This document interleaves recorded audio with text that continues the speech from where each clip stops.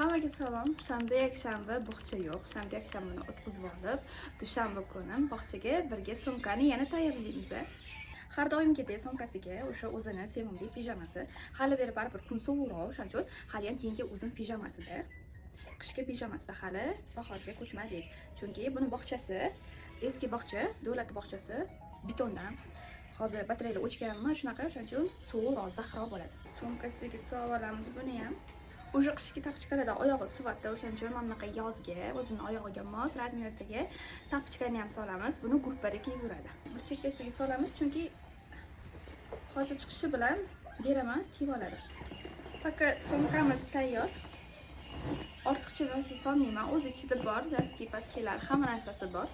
Shuni o'zi yetadi hozirchalikka. Deganda, bugun bog'chaga nima kiyib ketishini ko'rsataman. Shuncha kun issiq bo'ldi, 30 gradusga chiqdi. Men shanba kuni hamma qishkilarni chiqarib, yozgi bahorgilarni olgandim. Bugun ko'cha sovuq. Kechadan beri, lekin gradus 22 gradusgacha ko'rsatgan.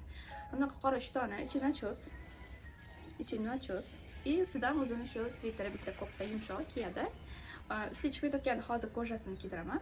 Kirib yetib qo'yaman. Tayyor bo'lgan lukni ko'rsataman hozir. O'g'limning luki bunaqa bo'ldi. Birisi chiroyli. Orqalari unaqa tushadigan, mana usti sarafan.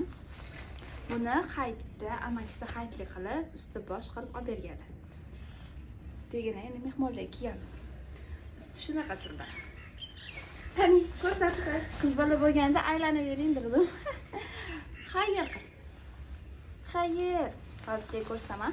Bog'chamiz qanaqa darajada bizga yaqinligini ko'rasizlar.